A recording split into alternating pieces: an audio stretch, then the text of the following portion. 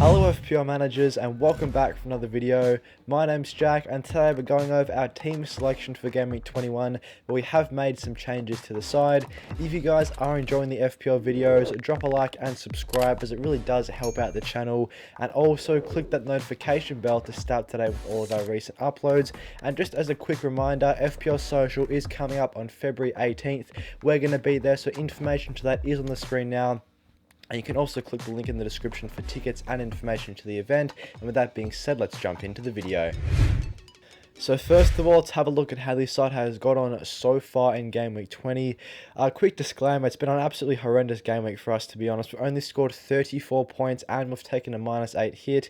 We still have a few players to play though, being Akanji, De Bruyne, Haaland and Kane. Plus, we also have Ben White coming off the bench who scored 8 points. Cucurella, as you can see, they just produced the 0 as he didn't take to the pitch for Chelsea and their fixture. So hopefully that can see a rank increase when Ben White comes on for that extra 8, and potentially Akanji, De Bruyne, Haaland and Kane collectively could provide some points to the team and increase our rank. Just quickly going over the side, another poor defensive performance from Leicester, not keeping another clean sheet.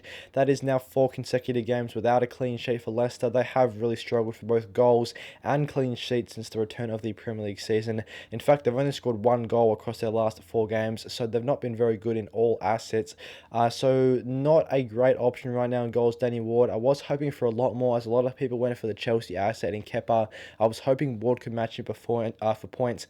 Not been the case, and he's been the main reason why we have taken a couple of rank decreases. Cucurella, as we touched on, didn't play for Chelsea. That did fortunately work out quite well for the team, as Ben White is going to have those 8 points coming on in place of Cucurella. Trippier, once again, a very solid performance, 9 points, got himself the clean sheet and triple bonus points in a game where 3 players received triple bonus points, which was quite out of the ordinary, but very happy with Trippier's performance once more, as he's proving to be such a consistent performer. And Akanji rounds out the defence. He just produced the 1 point in his first fixture against Manchester United. In my opinion, a little bit unfortunate not to walk away with a clean sheet in this fixture, but nonetheless, he still faces Tottenham at home next, which is a decent opportunity for a clean sheet. Obviously, Tottenham's attack is decent, but they have struggled from an attacking perspective in recent games. So maybe that Man City defence can record a clean sheet, and hopefully Akanji can get those starting minutes. Quickly looking at the midfield, we did find the most joy in the midfield out of any position so far this week in the starting 11, as despite Rodrigo and Martinelli both blanking with 2 points each, Saka and De Bruyne were both able to provide an assist each. Saka unfortunately did have an assist ruled out as well, which I thought was quite unfortunate for him. Plus, he would have featured on the bonus points as well had he picked up that second assist. So a little bit frustrating there. And De Bruyne also just missed out on bonus points as well, as I do believe he was 1 bonus point system point off getting an extra bonus point there. So could have potentially got 6 points. But of course, he still has that second fixture against Tottenham, where after looking pretty threatening against Manchester United, despite being man-marked by Fred, hopefully he can produce more against Tottenham. And looking at the forward line, a lot of disappointment up top, as all of Haaland, Kane and Martial did blank across their first fixtures in the double game week. Martial obviously had the fixture this morning where he didn't play, so definitely not happy at all with Martial after we took the -4 to bring him in. Couldn't make the points back, as we did lose 3 points on that transfer in. Plus, with Weghorst coming into the side, I don't think Martial is going to provide much in the coming game weeks, and he's definitely a player that I'm looking to move on from the side. Obviously, Haaland and Kane still have that fixture against each other. Well, hopefully they can get amongst the goals in this one. Quickly looking at the bench, as we touched on, Ben White is clutching up for us this game in defence with 8 points. Got the clean sheet plus 2 bonus points as well against Tottenham. So definitely very happy with that from Ben White. Andreas Pereira did get himself 2 points. It was probably unfortunate not to have more points in his fixture away to Newcastle. And Patterson rounded out the defence with 0 points. Meaning, as we touched on, we've scored 34 points so far. Took a -8 hit, but of course we still have White coming off the bench, plus 4 fixtures still to be played in the team. So before we have a look at our Game Week 21 team, let's discuss some transfers that we have currently made to the side. The first one here is Martial departing the team. As we touched on, he was a poor transfer into the side. Unfortunately, we did take the -4 point hit. We brought Mitrovic out and Martial in. As it turns out, Mitrovic would be the better option, as Mitrovic has more now minutes coming up and he's got very good underlying numbers, as we know. We could potentially look to bring Mitrovic back in. He's definitely an option, but right now the front runner would be Callum Wilson.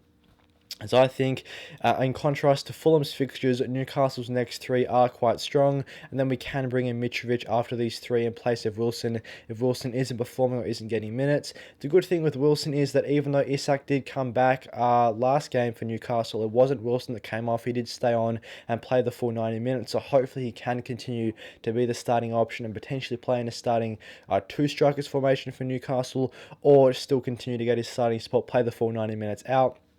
He does still have an 88% chance to start his next fixture according to Fantasy Football Fix, so they definitely do prefer him as the starting striker for Newcastle right now. And if we do make this transfer, we do have 0.1 left in the bank, and for me, I do really like this move, as we do have money in the bank to make this move available. And I think with Newcastle's next three fixtures looking pretty promising, could be a great chance to capitalise on their attack in the near future, and then potentially switch Wilson to either Tony or Mitrovic as well, as Tony right now is slightly out of the budget range. But if we do make another transfer, say Cucurella down to a cheaper defender, whether that's another Newcastle defender, maybe even Doherty as well for Tottenham, he's been getting some minutes recently, he could be a decent differential pick. And then we can look to bring in Tony as well in that third forward slot. But for right now, Wilson's probably the front runner, but Mitrovic definitely not too far off as well. So with all that in mind, let's have a look at our Game Week 21 team selection. Danny Ward in goals does face Brighton at home. This fixture isn't the worst from a defensive perspective. Despite this though, Brighton's attack has been firing on all cylinders recently, and Newcastle's defence has been very, very weak. So I don't expect a clean sheet from Ward in this one, and I'm really going to be interested to see how Leicester bounce back from a terrible return from the World Cup break.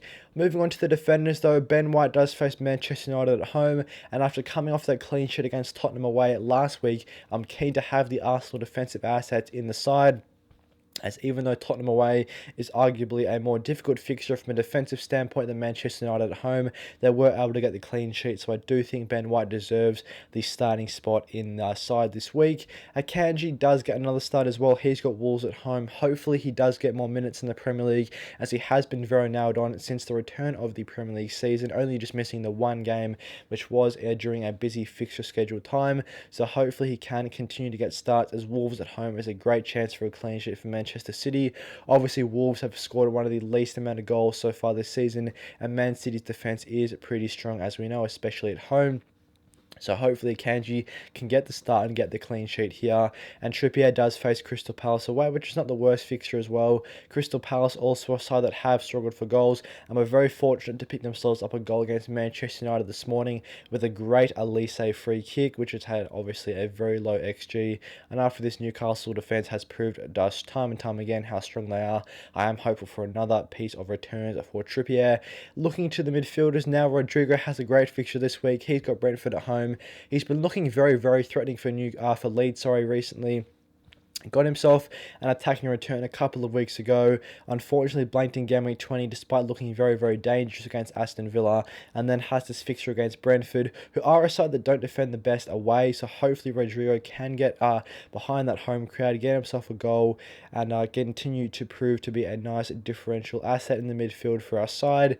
Bukayo Saka and Martinelli do complete the Arsenal triple up, as they both face Manchester United at home. Obviously, United's defence has been very, very stingy recently, only conceding a couple of goals in the last couple games since the return of the Premier League season. But of course, as we know, that Arsenal attack is very potent and especially good at home, so hopefully they can produce something at this venue. And Kevin De Bruyne does face a Wolves side who he does do historically well against in the past. He is coming off that assist in his first fixture of the double game week in game week 20, plus still at the time of recording has that second fixture to play, so hopefully he can carry some good form into this Wolves fixture. Erling Haaland does also complete the Man City triple up that we do have in the side against Wolves at home. He's got the captain's armband right now, whereas De Bruyne does take the vice captain's armband. There is definitely an argument to be made about whether we potentially captain De Bruyne or Kane over Haaland, as Haaland has blanked in the last couple of weeks. And just because he is Erling Haaland doesn't necessarily mean that we have to captain him every week. It's still key to look for the best captain on each individual game week. So maybe we could switch the captain's armband over to Kane and De Bruyne. Obviously, the main deterrent with Haaland being switched off captain is that so many people do have him on captaincy. So if he does hold, you do risk a massive rank decrease. Harry Kane, as we touched on, another great pick. He's got Fulham away, a very strong fixture, and Kane's a player that's been in great form this season. He does have the third highest XG and second highest goals amongst all players this year, so I do really like Harry Kane as an option. And if Callum Wilson is the option we choose to bring in the side, he's got Crystal Palace away, which is definitely a good fixture, as Crystal Palace are a side that have conceded 5 goals across their last 2 game weeks. And if Callum Wilson gets 30 minutes, he does have a very good XG per 90 as well of 0.65, which is getting up there amongst some of the best forwards in the game so far this season. Quickly looking at the bench as well, Andreas does take the first bench slot ahead of Cucurella. This is potentially 2 players that could swap around. But right now, I do like Andreas at home to Tottenham, as he does typically do well at home, and I just don't fancy Cucurella for a clean sheet away to Liverpool, despite Liverpool's side struggling, especially recently. I just don't think Chelsea's defence is going to be good enough against Liverpool away, and also with the concerns around Cucurella's minutes now, as he did get rested for his most recent fixture in game week 20. I'm not too sure about his points scoring in game week 21, so that's why Andreas does get the nod ahead of him in the first bench slot, and Patterson does remain injured in the third bench position. Everton do face West Ham away this week. So quickly looking at some team stats, the squad value isn't great right now. We're just 102.4, and we just have the 0.1 left in the bank. Potentially looking to move out Cucurella in the near future. We could drop him down to a 4.5, 4.6 defender, as there are a couple of good picks. Potentially another Newcastle defender as well, as they do have a couple of good fixtures coming up in game weeks 22 and 23. We could look to bring in Botman, start him in a couple of those fixtures, and then look to make another upgrade elsewhere in the team. But right now, that is how the squad looks for game week 21. Thanks for watching today's team selection for game week 21. I hope you guys enjoyed the video and found it informative. If you did, drop a like and subscribe. And if you are enjoying the FPL videos, click the notification bell, as there's going to be lots more coming your guys' way shortly. Just a quick reminder to check out FPL Social on February 18th. Information to that is in the link in the description. You can get tickets and information via that link, in fact. So if you're interested, definitely check that out. And with that being said, I'll see you guys in the next one.